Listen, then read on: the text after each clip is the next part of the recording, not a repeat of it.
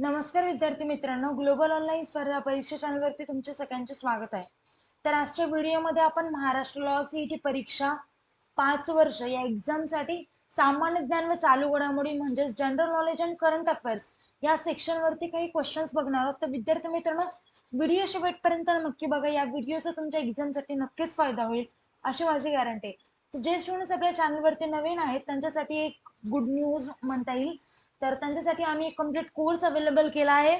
त्यामध्ये तुम्हाला live video lectures, recorded lectures, full syllabus test series, त्यासोबतच 2000+ MCQ क्वेश्चन बँक आणि फुल सिलेबस नोट्स देखील मिळतील.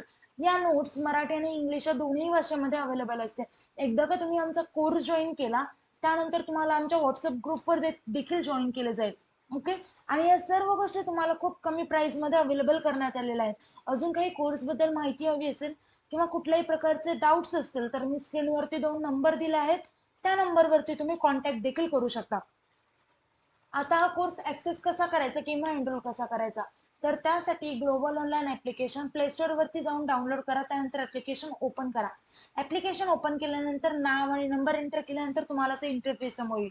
इंटरफेसच्या पहा डाउनलोड साईडवरला स्टोअरचा आयकॉन असेल त्यावरती क्लिक करा. त्यावरती क्लिक केल्यानंतर तुम्हाला कोर्सेसचं पेज ओपन होईल. कोर्सेसच्या पेजच्या सर्च बॉक्समध्ये सीईटी असं टाईप करा. सीईटी टाईप केल्यानंतर तुम्हाला 4 सीईटीचे कोर्सेस अवेलेबल होतील. त्यामधला महाराष्ट्र LLB 5 इयर्स हा कोर्स आपला असेल. तो कोर्स ओपन करा आणि तो कोर्स एनरोल करा. चला तर त्या प्रश्नांकडे वळूया. भारताची सर्वाधिक मोठी नगर परिषद कुठली आहे?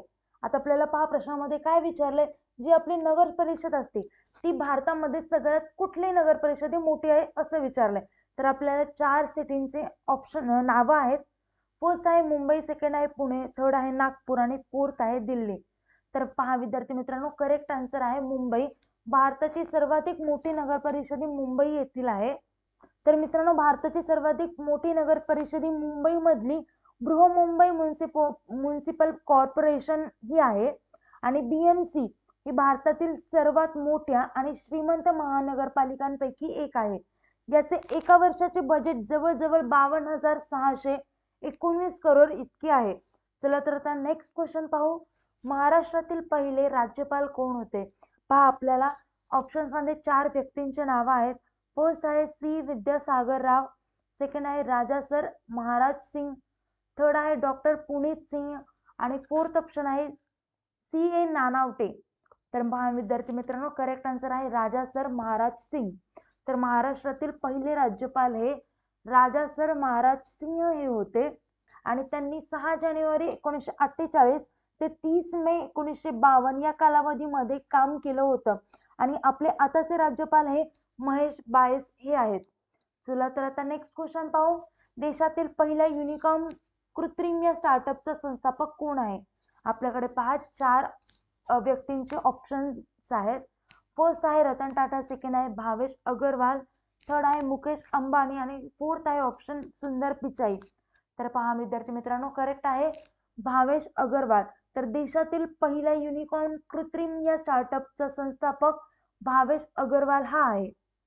तर मित्रांनो, युनिकॉर्न म्हणजे काय? तर जेव्हा कंपनीची किंमत 8,000 करोडच्या वरती जाते तेव्हा त्या कंपनीला आपण युनिकॉर्न कंपनी म्हणतो. आणि कृत्रिम जे आहे ते भावेश अग्रवालनी सुरू केली आणि यासोबतच भावेश अग्रवालनी अजून बऱ्याच कंपनी सुरू केल्या आहेत. जसे की तुम्ही ऐकलं तसेच ओला कॅब, ओला इलेक्ट्रिक, अशा बऱ्याच साऱ्या कंपनी. चला तर आता पुढचा प्रश्न पाहू. 2024 मध्ये कोणता स्टार्टअप देशातील पहिला युनिकॉर्न स्टार्टअप बनला आहे? आपल्याकडे 4 स्टार्टअपचे ऑप्शन्स आहेत. फर्स्ट आहे ब्लू स्मार्ट, सेकंड आहे बायजूस, थर्ड आहे फिनटेक आणि फोर्थ आहे कृत्रिम. तर मित्रांनो पहा, करेक्ट आन्सर आहे कृत्रिम. 2024 मध्ये कृत्रिम स्टार्टअप देशातील पहिला युनिकॉर्न स्टार्टअप बनला आहे. चला तर आता नेक्स्ट क्वेश्चन पाहू.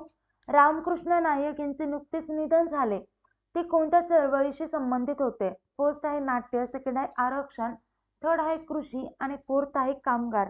तर पहा मित्रांनो, करेक्ट आन्सर आहे नाट्य. तर रामकृष्ण नायक जे होते ते नाट्य चळवळीशी संबंधित होते. तर रामकृष्ण नायक हे व्यवसायाने चार्टर्ड अकाउंटंट होते आणि नाट्य चळवळीत त्यांचे खूप मोठे योगदान होते. त्यांनी दी गोवा हिंदू असोसिएशनची स्थापना 1919 मध्ये केली होती आणि त्यांनी बरेच मोठी नाटकांची निर्मिती देखील केली आहे. जसे की रायगडला जेव्हा जाग येते, तुझा तू वाढवी राजा, अखेरचा सवाल, संगीत मत्स्यगंधा, धन्य ती गायनी कला, मीरा मधुरा यासारखे अजून बरेच नाटकं आहेत. चला तर आता पुढचा प्रश्न पाहू. सावित्रीबाई फुले यांनी कोणत्या वर्षी महिलांसाठी देशातील पहिली शाळा स्थापन केली? आपल्याकडे 4 इसवी सनांचे ऑप्शन्स आहेत. फर्स्ट आहे 1835, सेकंड आहे 1848, थर्ड आहे 1855 आणि फोर्थ आहे 1860. तर पहा विद्यार्थी मित्रांनो, करेक्ट आन्सर आहे 1848. तर सावित्रीबाई फुले यांनी 1848 वर्षी महिलांसाठी देशातील पहिली शाळा स्थापन केली होती. सावित्रीबाई फुले आणि ज्योतिबा फुले यांनी देशामध्ये महिलांच्या हक्कासाठी खूप लढले आणि 1848 मध्ये त्यांनी महिलांसाठी देशातील पहिली शाळा स्थापन केली होती. चला तर आता नेक्स्ट क्वेश्चन पाहू. आंतरराष्ट्रीय कुमारिका दिवस कधी साजरा केला जातो? आपल्याकडे 4 दिनांकांचे ऑप्शन्स आहेत. फर्स्ट आहे 2 जानेवारी, सेकंड आहे 2 ऑक्टोबर, थर्ड आहे 11 ऑक्टोबर आणि फोर्थ आहे 19 ऑक्टोबर. तर पहा विद्यार्थी मित्रांनो, करेक्ट आन्सर आहे 11 ऑक्टोबर. तर आंतरराष्ट्रीय कुमारिका दिवस हा 11 ऑक्टोबर रोजी साजरा केला जातो. तर मित्रांनो, मुलींचे हक्क आणि त्यांचे चॅलेंजेस ओळखण्यासाठी आपण 11 ऑक्टोबरला आंतरराष्ट्रीय कुमारिका दिवस साजरा करतो. चला तर आता पुढचा प्रश्न पाहू. राजीव गांधी खेलरत्न पुरस्कार कोणत्या वर्षापासून दिला जातो? आपल्याकडे 4 इसवी सनांचे ऑप्शन्स आहेत. फर्स्ट आहे 1992, सेकंड आहे 1993, थर्ड आहे 1994 आणि फोर्थ आहे 1995. तर पहा विद्यार्थी मित्रांनो, करेक्ट आन्सर आहे 1992. तर राजीव गांधी खेलरत्न पुरस्कार हा 1992 वर्षापासून दिला जातो. तर मित्रांनो, देशातील सर्वोच्च क्रीडा पुरस्कार असलेल्या राजीव गांधी खेलरत्न पुरस्काराची सुरुवात 1991 ते 92 पासून सुरू करण्यात आली होती आणि हा पुरस्कार केंद्रीय युवक कल्याण आणि क्रीडा मंत्रालयाकडून दिला जातो. चला तर आता नेक्स्ट क्वेश्चन पाहू. कोणत्या सरकारच्या कालखंडात एक उद्योग एक संघटना असे घोषवाक्य बनवले गेले? आपल्याकडे 4 सरकारांचे ऑप्शन्स आहेत. फर्स्ट आहे काँग्रेस सरकार, सेकंड आहे जनता दल सरकार, थर्ड आहे राष्ट्रवादी काँग्रेस सरकार आणि फोर्थ ऑप्शन आहे जनता पक्ष सरकार. तर करेक्ट आन्सर आहे मित्रांनो, पहा, जनता पक्ष सरकार. तर मित्रांनो, जनता पक्ष सरकारच्या कालखंडात एक उद्योग एक संघटना असा घोषवाक्य बनवलं होतं आणि त्याचा अर्थ असा होतो की वन इंडस्ट्री वन ऑर्गनायझेशन असा होतं. चला तर आता नेक्स्ट क्वेश्चन पाहू. अलीकडे बातम्यांमध्ये दिसलेला टसर सिल्क चा दुसरा सर्वात मोठा उत्पादक कोणता देश आहे? आपल्याकडे 4 देशांचे ऑप्शन्स आहेत. फर्स्ट आहे जपान, सेकंड आहे रशिया, थर्ड आहे इजिप्त आणि फोर्थ आहे भारत देश. तर करेक्ट आन्सर आहे विद्यार्थी मित्रांनो, पहा, आपला भारत देश. तर अलीकडे जे बातम्यांमध्ये दिसलेला टसर सिल्कचा दुसरा सर्वात मोठा उत्पादक देश म्हणून आपल्या भारताला ओळखलं जातं. तर मित्रांनो, भारत हा चीन नंतरचा दुसरा सर्वात मोठा जागतिक उत्पादक देश आहे आणि याची लागवड मध्य प्रदेश, झारखंड आणि छत्तीसगड यांच्यामध्ये होते. त्याच्यामध्ये झारखंड महत्त्वपूर्ण योगदान देते. याला आपण वेगवेगळ्या नावाने ओळखतो, जसे की तुषार आणि टसर. चला तर आता नेक्स्ट क्वेश्चन पाहू. भारताचा अर्थसंकल्प कधी सादर केला जातो? आपल्याकडे 4 डेट्सचे ऑप्शन्स आहेत. फर्स्ट आहे 1 फेब्रुवारी, सेकंड आहे 30 मार्च, थर्ड आहे ऑप्शन 1 मार्च आणि फोर्थ ऑप्शन आहे 28 फेब्रुवारी. तर पहा विद्यार्थी मित्रांनो, करेक्ट आन्सर आहे 1 फेब्रुवारी. तर भारताचा अर्थसंकल्प 1 फेब्रुवारीला सादर केला जातो. तर आपला जे अर्थसंकल्पना आहे तो 1 फेब्रुवारीला सादर केला जातो आणि त्यावेळेस सरकारचा वर्षभराचा खर्च आणि इन्कम बद्दल सांगितलं जातं. चला तर आता नेक्स्ट क्वेश्चन पाहू. 2022च्या भारतीय स्टार्टअप इकोसिस्टम रँकिंग मध्ये कोणत्या राज्याला सर्वोत्तम कामगिरी करण्यात आले? तर ऑप्शन मध्ये आपल्याला 4 राज्य आहेत. फर्स्ट आहे तामिळनाडू, सेकंड आहे बिहार, थर्ड आहे मणिपूर आणि फोर्थ आहे राजस्थान. तर पहा विद्यार्थी मित्रांनो, करेक्ट आन्सर आहे तमिळनाडू. तर 2022च्या भारतीय स्टार्टअप इकोसिस्टम रँकिंग मध्ये तमिळनाडू राज्याला सर्वोत्तम कामगिरी करण्यात आली आहे. तर तमिळनाडूने 2021 मध्ये Tamil Nadu startup seed fund start केलं होतं, ज्यामध्ये ते राज्यातल्या नवीन स्टार्टअपला आणि आयडियाजला फंडिंग करतात, म्हणजेच पैसे देऊन मदत करतात आणि या कारणामुळेच तमिळनाडूमध्ये स्टार्टअपची संख्या वाढली आहे आणि त्याचा भारतीय स्टार्टअप इकोसिस्टम रँकिंग मध्ये पहिला नंबर आला आहे. चला तर आता नेक्स्ट क्वेश्चन पाहू. कोणता खेळाडू विश्वनाथन आनंदला मागे टाकून भारताचा नंबर 1 बुद्धिबळपटू बनला आहे? आपल्याकडे 4 ऑप्शन्स आहेत. आर प्रज्ञानंद, सेकंड आहे डिंग दिल्लीरे, थर्ड आहे ऑप्शन गुकेश डी, फोर्थ आहे ऑप्शन विदित गुजराती. तर पहा विद्यार्थी मित्रांनो, करेक्ट आन्सर आहे आर प्रज्ञानंद.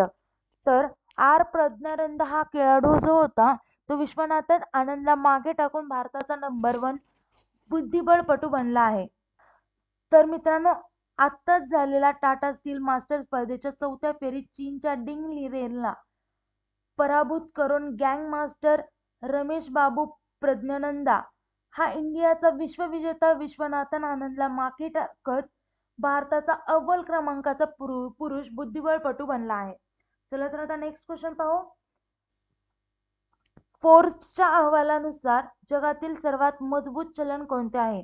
आपल्याकडे 4 चलनांचे ऑप्शन्स आहेत. फर्स्ट आहे चिनी युआन, सेकंड आहे कुवैती दिनार, थर्ड आहे इस्रायली शेकेल आणि फोर्थ आहे रशियन रुबल. तर पहा विद्यार्थी मित्रांनो, करेक्ट आन्सर आहे कुवैती दिनार. तर मित्रांनो, कुवैती दिनार आहे ती जगातील सगळ्यात मजबूत चलन आहे आणि याच्यानंतर बहरेनी दिनार येते आणि ओमाई रायल येते. या देशाची चलन मजबूत आहे आणि या देशाची चलन इतकी मजबूत आहे कारण हा देश स्टीलचं उत्पादन करते आणि ते वेगवेगळे संविधान देतात आणि त्यामुळेच बाकीचे देश या देशांमध्ये इन्व्हेस्ट करतात आणि या देशामध्ये सरकार टॅक्स देखील लावत नाही. चला तर आता नेक्स्ट क्वेश्चन पाहू आणि या व्हिडिओचा शेवटचा प्रश्न पाहू. आत्मनिर्भर Bharat centre of design ABCD कोणत्या शहरात आहे? आपल्याकडे 4 शहरांचे ऑप्शन्स आहेत. फर्स्ट आहे नवी दिल्ली, सेकंड आहे मुंबई, थर्ड आहे चेन्नई आणि फोर्थ आहे कोची. तर विद्यार्थी मित्रांनो, करेक्ट आन्सर आहे नवी दिल्ली. तर आत्मनिर्भर Bharat centre of design ABCD नवी दिल्ली शहरात आहे. तर पंतप्रधान नरेंद्र मोदी यांच्या हस्ते नव्याने तयार करण्यात आलेला आत्मनिर्भर Bharat centre for design ABCD यामध्ये येथे देशभरातील वेगवेगळे कारागीर येतात आणि त्यांचे पारंपरिक कलाकुसरीने प्रदर्शन करतात. चला तर विद्यार्थी मित्रांनो, व्हिडिओ इथेच थांबूया. व्हिडिओला लाईक आणि चॅनलला सबस्क्राईब नक्कीच करा. काही डाऊट्स असेल तर मला कमेंट थ्रू नक्कीच विचारा. चला आता व्हिडिओला इथेच थांबूया. थँक्यू.